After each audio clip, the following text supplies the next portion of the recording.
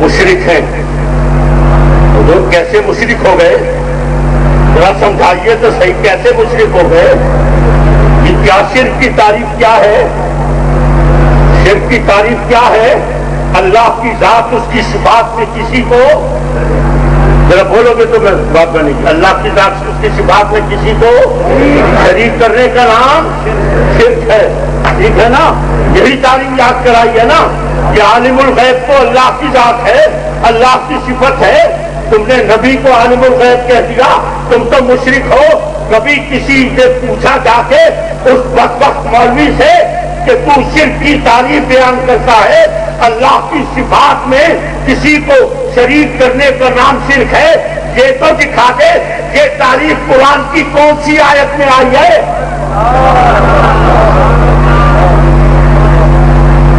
اتنا بڑا مجمع گارنٹی سے کہہ رہا ہوں، لاؤ قرآن کی آیت جس کا ترجمہ یہ ہو کہ اللہ کی صفات میں کسی کو شریک کرنے کا نام شرک ہے. بڑی گارنٹی سے کہہ رہا ہوں، لاؤ کوئی حدیث جس کا ترجمہ یہ ہو کہ میرے نبی نے فرمایا ہو اللہ کی ذات و صفات میں کسی کو شریک کرنے کا نام شرک ہے. یہ کہاں سے آئی تعریف؟ آج ہم یہودیوں کے نرغے میں اس طریقے سے گم ہیں کہ ہمیں یہ تک نہیں پتا چلا کہ جو قرآن کی چیز ہے آج اس کو تباہ کر کے ہمارے سامنے اس طرح رکھا کہ لگتا ہے یہ سب سے بڑے خدا کے ٹھیکیدار یہی ہے. سنو قرآن کی تعریف. اسی لیے تو قرآن، ویسے تو تم نے جو قرآن پڑھو الو کے پٹھے کیوں قرآن پڑھوایا؟ جو دل و بہی کثیرا، اس قرآن سے گمراہی دلوانے کے لیے، اس قرآن سے گمراہی دلوانے کے لیے تم نے جگہ جگہ مدرسے کھولے اور یہ گمراہی اس طرح ملی کہ آج میری پوری قوم بربادیوں کی طرف جا رہی ہے. یہ قرآن کی تعریف نہیں ہے حضور، وقت نہیں ہے، میں آپ کو اور بہت اچھی طریقے سے سمجھاتا ہوں. اللہ اکبر. سنو قرآن کی تعریف، چار آیتیں. قل هو اللہ احد اللہ الصمد لم یلد ولم یولد ولم یکن لہ کفوا احد. اللہ. تیسری آیت لم یلد ولم یولد کا ترجمہ ہے اللہ کو کسی نے نہیں جنا، نہ اللہ نے کسی سے جنم لیا ہے. ٹھیک ہے نا؟ جس نے کسی کو جنم نہ کیا ہو. یہ لم یلد ولم یولد اس سورہ توحید میں اللہ نے کیوں بیان فرمایا؟ الو کا چرخا بیان کر رہا ہوتا ہے. اللہ نے یہودیوں کے منہ بند کر دیے، اللہ نے عیسائیوں کے منہ کالے کر دیے، اللہ نے ان کو جواب دے دیا. اللہ نے فرما دیا تم عیسیٰ کو اللہ کا بیٹا کہتے ہو، تم عزیر کو اللہ کا بیٹا کہتے ہو. سنو میں تمہیں جواب دے رہا ہوں، لم یلد ولم یولد ہوں. لا حول ولا قوت الا باللہ العلی العظیم. اللہ پہلے تو آیت فرما رہا ہے اللہ الصمد، میں بے نیاز ہوں. جو بے نیاز ہو اس کو کسی کو جواب دینے کی ضرورت ہے؟ جو بے نیاز ہے اس کو کیا ضرورت پڑی ہے یہودیوں کو جواب دیتا پھرے، عیسائیوں کو جواب دیتا پھرے؟ اللہ پر ہر چیز تم نے بگاڑ کے رکھ دی. اللہ کو کوئی ضرورت نہیں ہے. یہ تو اللہ نے ہمیں سمجھانے کے لیے بتایا جس کو ہم سمجھ ہی نہیں سکے. ہمیں بالکل ایسا سمجھایا ہمارا ذہن ہی نہیں گیا. یہ لم یلد ولم یولد کس کی صفت ہے؟ صحیح بولیں گے تو بات بنے گی. اتنا بڑا مجمع ہے، اللہ کا لفظ بول دو. لم یلد ولم یولد کس کی صفت ہے؟ اللہ کی. اللہ کا کوئی باپ ہے؟ اللہ کا کوئی بیٹا ہے؟ نہیں. جس کا کوئی باپ نہ ہو، جس کا کوئی بیٹا نہ ہو، جس کی کوئی ماں نہ ہو، جس کی کوئی بیوی نہ ہو. اللہ اکبر. عزیزان محترم مجھے بتاؤ وہ کون ہے؟ اللہ. اتنے بڑے مجمع میں جواب دے گا کوئی مجھے؟ حضرت جبرائیل کے ابا کا نام کیا ہے؟ بتاؤ حضرت جبرائیل کے والد کا نام. حضرت جبرائیل کی اماں کا نام کوئی ان کا بیٹا ہے؟ حل ہو سکتا ہے یہ بڑا فرشتہ ہو، کوئی میکائیل اسرافیل اسرائیل کو بتا دے، ممکن ہے یہ بھی بہت بڑے ہیں، کوئی چھوٹے موٹے فرشتے کا نام باپ کا نام بتا دو۔ کسی فرشتے کو کسی نے جنم دیا؟ کسی فرشتے نے کسی سے جنم لیا؟ نہیں۔ وہ پھر بہتائے گا یہ فرشتے تو نور ہیں، یہ فرشتے تو نور ہیں، ان لوگ کے چرخے اللہ کے بارے میں تیرا کیا عقیدہ ہے؟ میں نبی کو نور کہتا ہوں تو مجھے مشرک کہتا ہے کہ اللہ نور ہے۔ ارے اللہ بھی نور ہے، فرشتے بھی نور ہے، میں بھی نور کی بات کر رہا ہوں۔ وہی نور اللہ فرماتا ہے میں لم یلد ولم یولد ہوں، اس لیے میں بھی نور ہی مخلوق کی بات کر رہا ہوں۔ ہر فرشتہ لم یلد ولم یولد ہے۔ تو جبرائیل کو خدا مانے؟ بتاؤ، اللہ یہی سمجھا رہا ہے اس سورہ توحید میں۔ ایک جبرائیل نہیں، میکائیل اسرافیل نہیں، اسرائیل نہیں، کروڑوں اربوں فرشتے لم یلد ولم یولد ہیں۔ یہ اللہ کی صفت ہے، لیکن فرشتوں میں پائی جاتی ہے، لیکن فرشتوں کو لم یلد ولم یولد کہنا شرک نہیں ہے۔ کیوں نہیں ہے؟ اس لیے کہ شرک کی آگے تعریف اللہ نے بیان فرمائی، وَلَمْ يَكُن لَّهُ كُفُوًا أَحَدٌ۔ اللہ کا ہمسر کوئی نہیں، یہ ہے شرک کی تعریف قرآن۔ اللہ کے برابر کوئی نہیں۔ اے جبرائیل، میکائیل، اسرافیل، اسرائیل، اے فرشتوں، تم سب لم یلد ولم یولد ہو، لیکن تم میں سے کوئی بھی اللہ کا ہمسر نہیں، اللہ کے برابر نہیں۔ یہ تعریف ہے شرک کی۔ آج ہم سے پوچھا جاتا ہے، آتے ہیں ہمارے بچوں کے پاس، پوچھتے بیٹا رازق کس کی صفت ہے؟ لڑکا کہتا ہے کہ اللہ کی۔ ہمارا رازق کون ہے بتائیے؟ اللہ۔ رازق کا اردو ترجمہ کیجئے، رزق دینے والا۔ تمہارا رازق اللہ، تمہارا رزق دینے والا اللہ۔ اللہ پر ذرا رازق کا فارسی میں ترجمہ کر دو، فارسی میں ترجمہ داتا، لجپال، اللہ اکبر۔ عزیزان محترم اردو میں ترجمہ عزیز ذرا سوچئے، ارے لجپال اللہ، داتا اللہ، رزق دینے والا اللہ، رازق اللہ، تو ان فقیروں کو کہتا ہے لجپال ہے، تو علی حقیری کو کہتا ہے داتا ہے۔ کیا تم شرک نہیں کرتے؟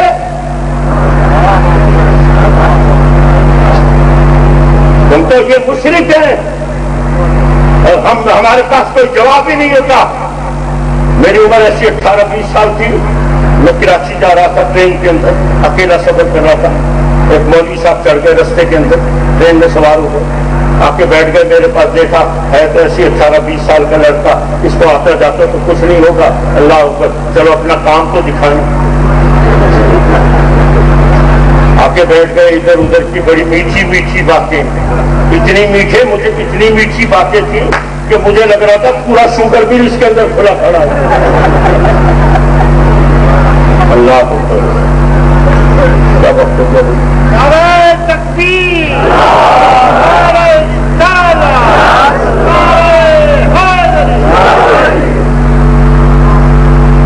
آخر میں پھر اس نے مجھ سے سوال کیا، بڑی میٹھی میٹھی باتیں کرنے کے بعد مجھ سے کہنے کا بیٹا ذرا بتاؤ تو صحیح ہمارا رازق کون ہے؟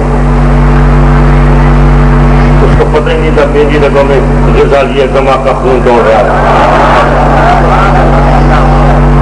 بتاؤ ہمارا رازق کون ہے؟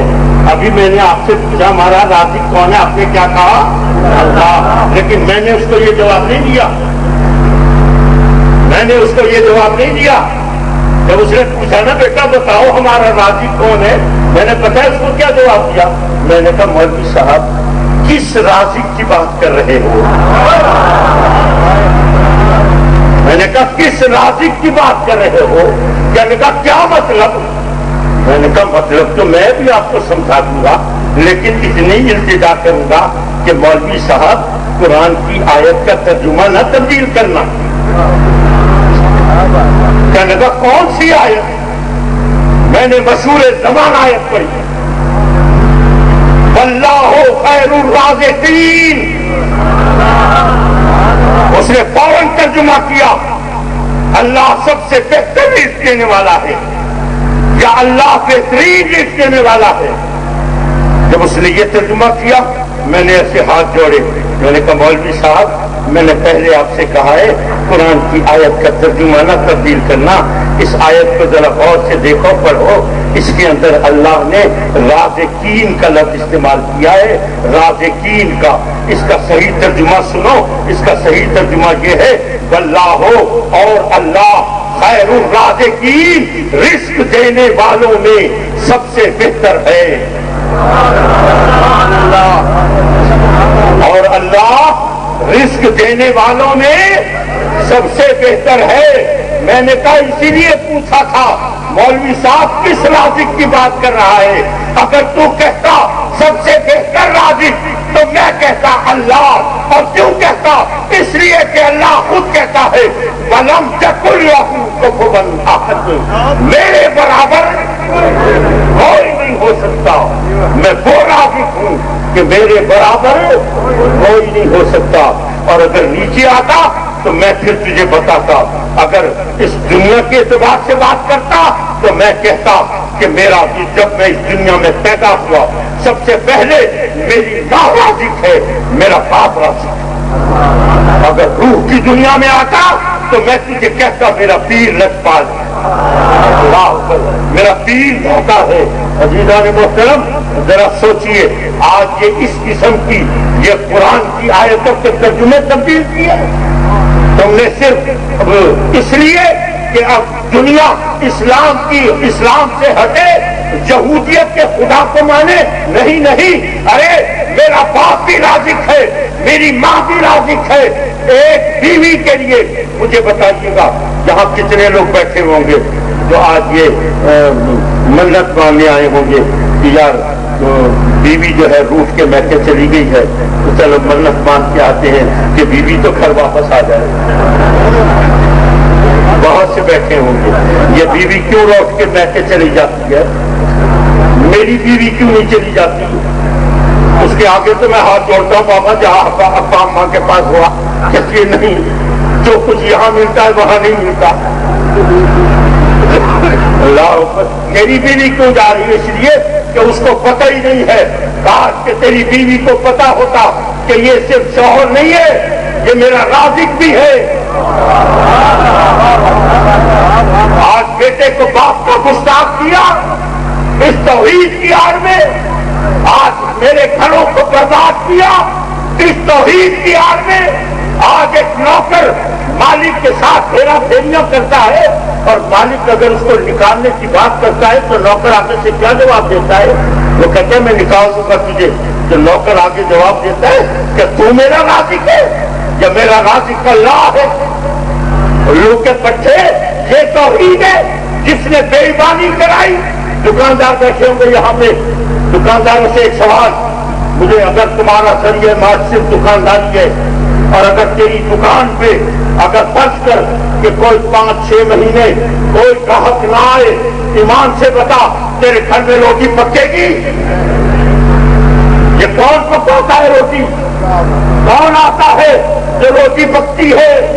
یہ گاہک ہے تو بظاہر خاص گاہک ہے لیکن اندر سے تیرا رازق ہے. میں بھی تو بھی تو ہے. اولیاء سے دور کرتے ہو الو کے پٹھوں. اللہ اکبر.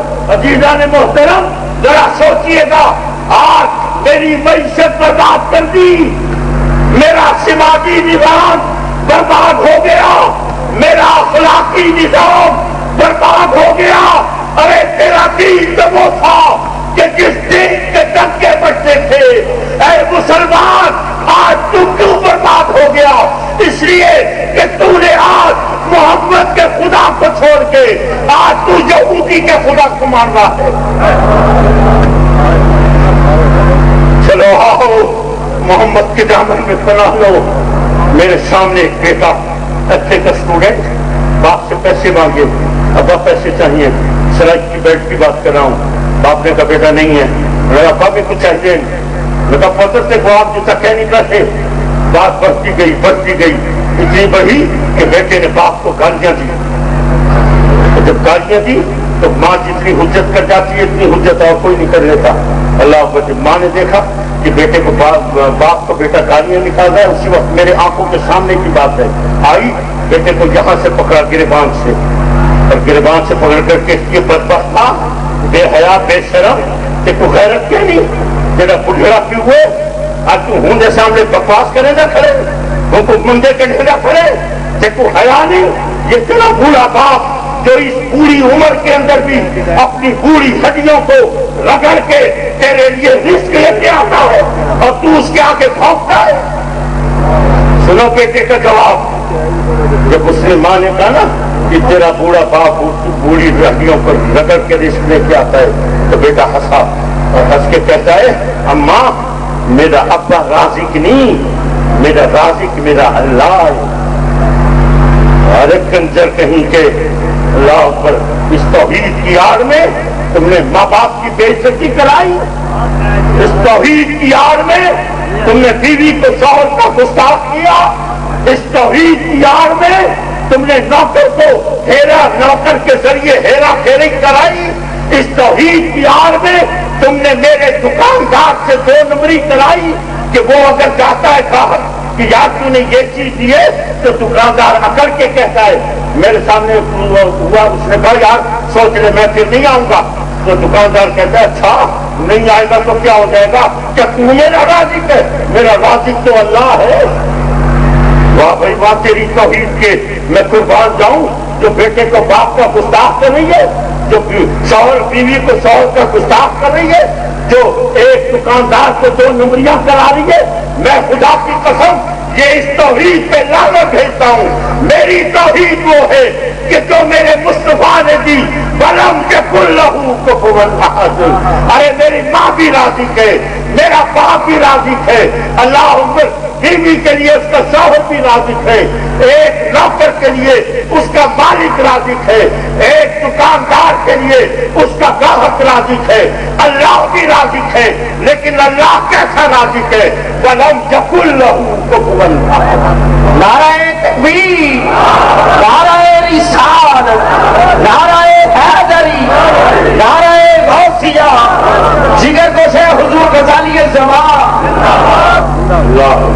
ارے پیر سیال بھی میرا لشکار ہے, اگر روح کی دنیا میں آتا ہے تو سن, پیر سیال بھی میرا لشکار ہے, علی حجویری بھی میرا داتا ہے.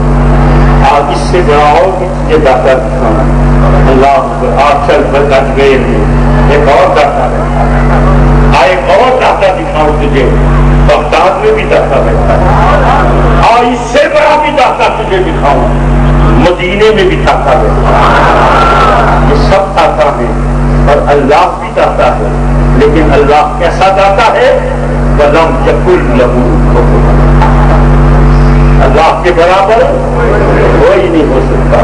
کبھی پڑھو خدا کے لیے قرآن, اللہ نے کیسے کیسے لفظ بولے ہیں.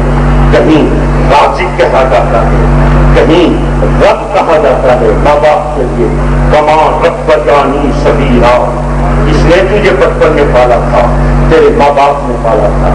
کبھی تمہارے بزرگ کو خالق کہا جاتا ہے, کہیں تمہارے بزرگوں کو حاکم کہا جاتا ہے, کہیں محافظ کہا جاتا ہے. یہ اتنے بڑے بڑے لفظ کیوں بولے جاتے ہیں, صرف اس لیے کہ یہ پہلی تربیت گاہ ہے. اگر تیرا سر جہاں نہیں جھکے گا تو پھر کہیں نہیں جھک سکتا. اللہ پر آخری بات, میرے پیر بھائی تو بہاری میں رہتے ہیں, ان کا بیٹا 8ویں کلاس میں پڑھتا تھا. میں ایک مرتبہ گیا تو مجھے کہنے لگی پتہ نہیں میرے بیٹے کو کیا ہو گیا, بڑا گستاخ ہو رہا ہے, کچھ اس کو سمجھاؤ. میں نے اس کو بلایا, کیونکہ باپ نے بات کی تھی, میں ماں باپ کے بارے میں بڑا اس کو درس دیتا رہا, اور وہ میری ہر بات پہ جی ہاں جی ہاں کہتا رہا. آخر میں ایک جملہ میں نے اس کو کہا, میں نے کہا بیٹا یاد رکھنا اپنے سر کو ہمیشہ ماں باپ کے آگے جھکا کر. میں نے یہ جملہ بولا, سنو اس کا کیا جواب دیتا ہے کہ نبی جی 2 منٹ دے, میں ابھی آتا ہوں. دوڑا اندر گیا. پنجاب ٹیکسٹ بک بورڈ کی چھپی ہوئی اسلامیات کی کتاب 8ویں کلاس کی اٹھا کے چلا آیا, کتاب کھولی, صدر پہ انگلی رکھی, مجھے کہتا ہے جناب ذرا اس کو پڑھنا، اور ہنس کے بولا کہ نگر ذرا زور سے پڑھنا۔ اب جب میں نے اس کو دیکھا اور میں نے پڑھا، زور سے پڑھا، تو اس میں لکھا تھا اللہ کے سوا کسی اور کے آگے سر جھکانا شرک ہے۔ جب میں نے زور سے پڑھا تو مجھے کہتا ہے تم مجھے کہتے ہو ماں باپ کے آگے سر جھکاؤ، تم مجھے مشرک بنانا چاہتے ہو۔ اللہ اکبر۔